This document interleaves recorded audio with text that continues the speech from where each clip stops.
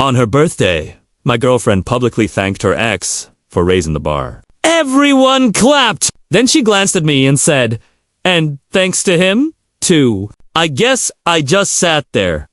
2 days later, she found out what happens when you push a man too far. The room was full of people I didn't know, all laughing and drinking wine I'd paid for. It was my girlfriend Charlotte's 30th birthday party, an event she'd been planning for months. The theme was vintage Hollywood, and she was playing the part of the starlet perfectly. I was just part of the scenery, the guy in the background making sure the catering was refreshed and the champagne kept flowing. The climax of the evening was the toast. Charlotte stood in the center of the room, holding her glass high. Her best friend, a woman named Becca, who always looked at me like I was something she'd scraped off her shoe, stood beside her, beaming. "I just want everyone for coming," Charlotte began, her voice practiced and clear. "Turning 30 is a huge milestone, and I wouldn't be the woman I am today without the amazing people in my life." She went through the list, her supportive parents, her wonderful friends. Then she paused for dramatic effect, her eyes scanning the crowd until they landed on a handsome, smug-looking guy near the back. "And I have to give a special thank you to my amazing friend, Derek," she said, her voice full of emotion. "My ex? Yes. But also the man who truly taught me what I deserve in life. He raised the bar for what a partner should be, and I will be forever grateful for the time we had." The room erupted in applause. People clapped. Some even whistled. Derek, the ex, gave a gracious little bow. It was a beautiful, moving moment, a perfect piece of public relations. Then, as the applause died down, Charlotte's eyes flickered over to me, standing by the bar. It was almost an afterthought. A brief, dismissive glance. "And thanks to him, too, I guess," she said with a little wave of her hand in my direction. A few of her friends tittered with laughter. The message was clear. Delivered with the precision of a surgical strike in front of 50 people, Derek was the standard. I was the footnote. The guy who was good enough for now, but not good enough to mention by name. I didn't react. I didn't flinch. I just stood there, my expression unchanged, and took a slow sip of my drink. My mind, however, was already in motion. A switch had been flipped. In my line of work, you don't get emotional when you're attacked. You get strategic. Charlotte had just launched an unprovoked public attack on my reputation. She thought it was a social power play. She had no idea she had just declared war against a man who runs campaigns for a living. The election season had just begun. Let me be clear. I'm not a S. I don't get played. I'm a political campaign manager. My job is to win. I take complex, often flawed candidates and build a narrative around them that leads to victory. I do opposition research. I manage messaging. I control the media cycle, and I identify and exploit the weaknesses of my opponents. My entire life is about strategy, perception, and the ruthless execution of a plan. I met Charlotte 8 months ago. I had just come off the most brutal campaign of my career. A successful but soul-crushing Senate race that had left me completely burned out. I was in what I call an off-season. I needed a break from the high-stakes world of politics. I needed something simple. Charlotte was simple. She was beautiful, fun, and I knew what she was about. Her life was funded by a small trust fund and a series of projects that never seemed to pan out. She was obsessed with her ex, Derek, a man who came from old money and embodied the effortless success she craved. I saw all the red flags. Her constant name-dropping, her casual materialism, her need for public validation. But I wasn't looking for a life partner. I was looking for a temporary distraction, a low-stress personal project while I recharged my professional batteries. I was clear with her from the beginning. I told her I wasn't looking for anything serious, that I was just getting back on my feet after a demanding job. She agreed. The arrangement was simple. I provided the stability and lifestyle she enjoyed, and she provided the fun, easy companionship I needed. It was a mutually understood short-term contract. The problem is, she started to see the arrangement as a permanent position, and her performance, as demonstrated at her birthday party, had become unacceptable. She hadn't just insulted me. She had publicly defined me as inferior. In the world of campaigns, that's a narrative you have to kill before it takes root. So, as I stood there listening to the party rum around me, I didn't feel hurt. I felt the familiar, exhilarating hum of a new campaign kicking off. My opponent, the Charlotte Derrick Alaya. My objective, a complete and total electoral victory. That night, after the last guest had left and Charlotte was passed out in bed, I went into my home office and drew up the campaign plan. Update 1! A good campaign starts with a solid foundation of research. You can't defeat an opponent you don't understand. So, for the first 48 hours after the party, I became a one-man opposition research firm. My targets were Charlotte and her sainted ex, Derrick. I started with Charlotte. I already had most of the data I needed. For the past 8 months, I had been the primary source of her discretionary funding. I went through my credit card statements, meticulously logging every expenditure. The designer clothes, the $500 dinners with Becca, the spa days, the weekend trips. I wasn't just tracking the money. I was mapping her entire lifestyle ecosystem. I knew her donors, me, her tea supporters, her vapid friends, and her core message, a life of effortless luxury. Then I turned my attention to Derrick.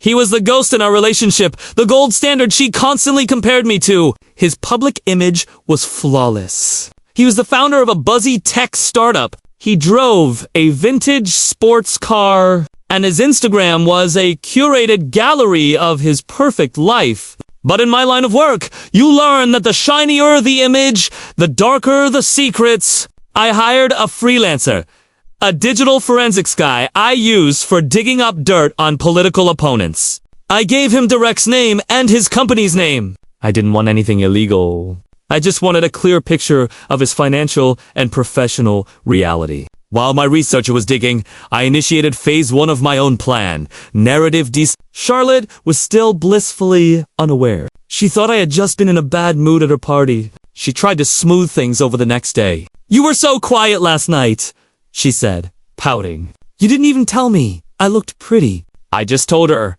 I was tired. I let her believe her little power play had worked, that I was the one on the defensive. My first move was subtle. One of the pillars of Charlotte's social standing was a charity committee she was on. It was for a big, glamorous gala that happened every year. She didn't actually do any work. She just liked having her name on the letterhead. I, however, had made a significant donation to the charity in my name a few months prior, a fact she loved to brag about. I called the head of the organizing committee, a woman I knew professionally. I explained that due to some portfolio restructuring, I needed to pull my donation for the year. I was polite, apologetic, and vague. I knew the call would be followed by another call from the committee. Head to Charlotte asking what was going on with her incredibly generous boyfriend. The fallout was immediate. Charlotte confronted me that evening, her voice shaking with rage. "What did you do?" she demanded. "Cynthia from the committee called me," she said. "You pulled your donation? You're making me look like a fool."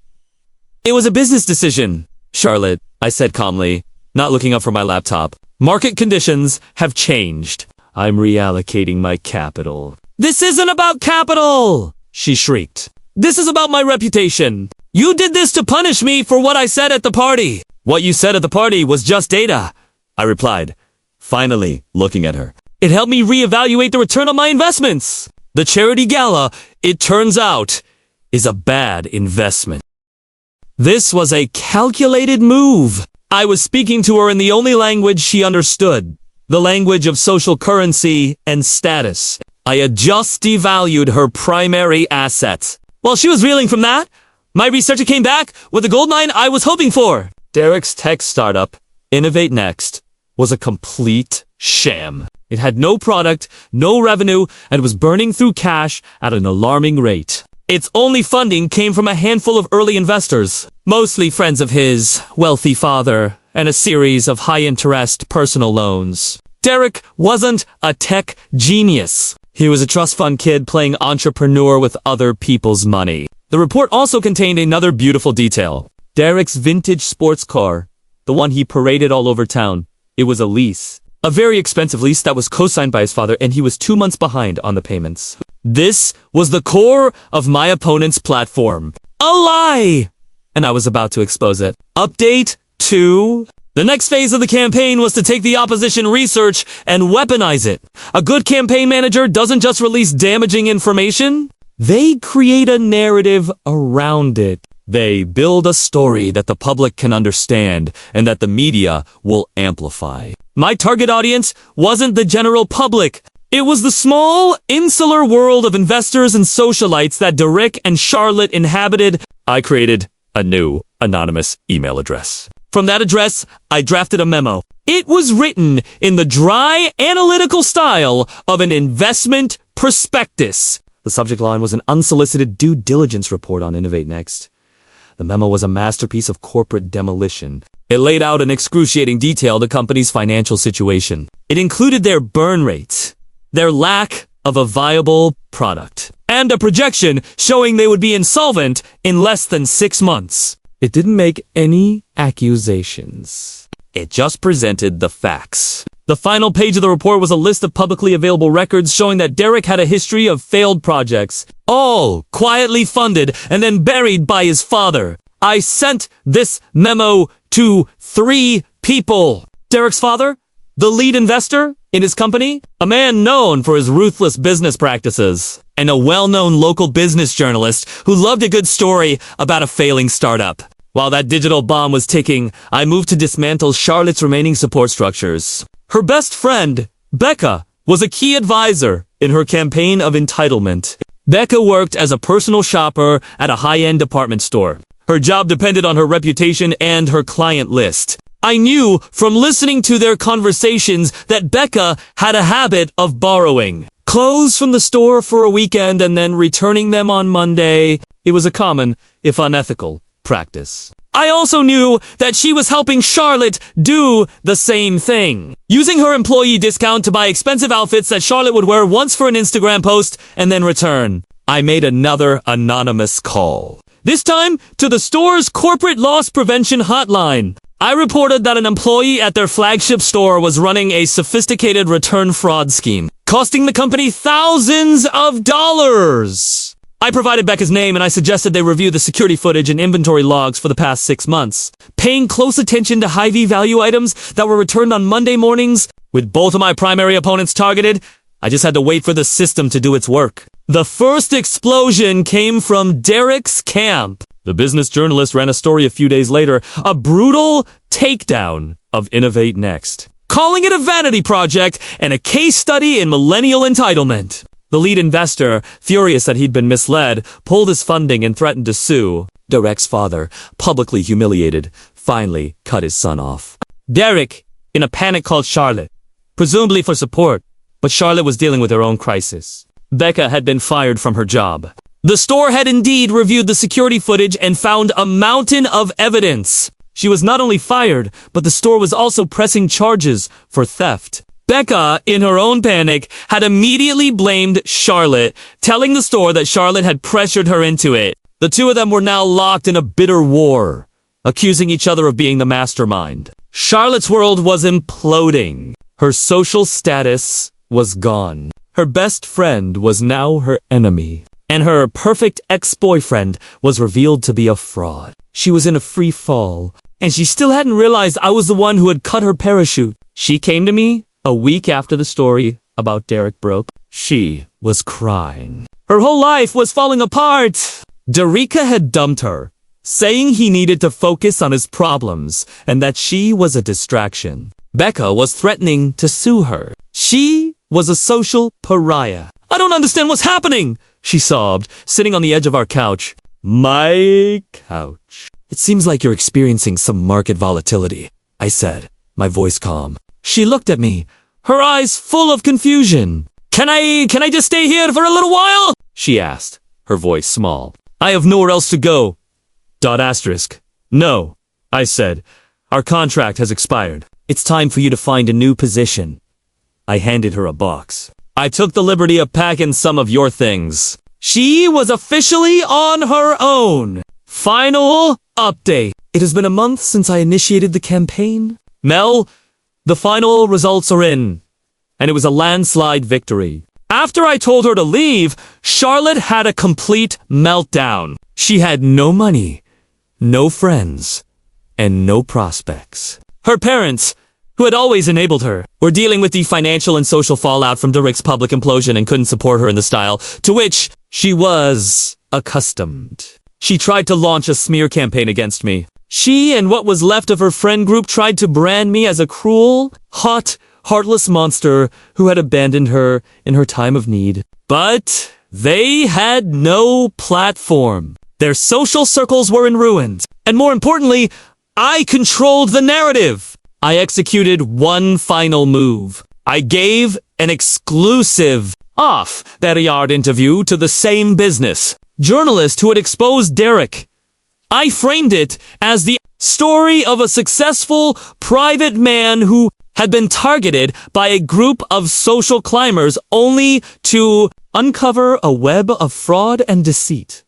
I didn't name Charlotte, but the details were so specific that anyone who knew the situation knew exactly who I was talking about. The story painted me as the victim who had smartly extricated himself from a bad situation. It was the perfect counter-narrative and it inoculated me from any of her attacks. 2 days after that story ran, Charlotte showed up at my door. She wasn't angry anymore. She was just broken. She was sobbing, begging me to take her back, saying she had made a terrible mistake. I let her say her piece. When she was done, I just looked at her. You haven't made a mistake, Charlotte, I said. You've run a terrible campaign. Your strategy was flawed. Your messaging was inconsistent. And your key supporters were unreliable. You chose the wrong opponent. She just stared at me, the final horrifying realization dawning in her eyes. This was you, she whispered. All of it. The story, Derek, Becca, it was all you. I manage campaigns, I said, my voice as cold and flat as a tracking pole. You publicly attacked my character. I treated it as an in-kind donation to my own campaign. I used your attack to launch a counter-offensive. You thought we were in a relationship. We were in an election and I never ever lose. I closed the door. That was the last time I ever saw her. I heard from a mutual acquaintance that she had to move back home with her parents. Her trust fund ran out, and she's now working as a receptionist at a dentist's office. Derek is facing multiple lawsuits from his former investors. Becca is still dealing with the legal consequences of her return fraud. My revenge wasn't about yelling or screaming. It was about strategy. It was about taking the tools of my trade and applying them to my personal life. She saw me as a boring, stable provider, a footnote in the story of her glamorous life. She failed to understand that the quiet guy in the back of the room is often the one running the entire show. She thought she was the candidate. She never realized she was just the opposition.